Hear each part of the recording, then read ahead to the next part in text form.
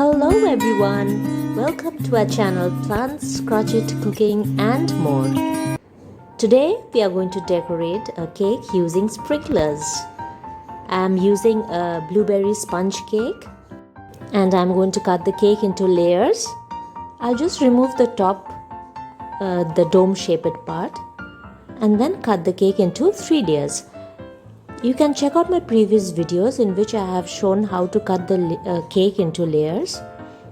So here I've got the 3 layers. If it's a tall cake, I cut it into 4 layers. I'm using avocado and the blue color to make this beautiful color which you are going to see very soon. So keep watching, and if you have any queries, feel free to ask us in the comment section. We will definitely get back to you. And if you find this video informative and interesting, do consider subscribing to our channel. And as for now, happy viewing!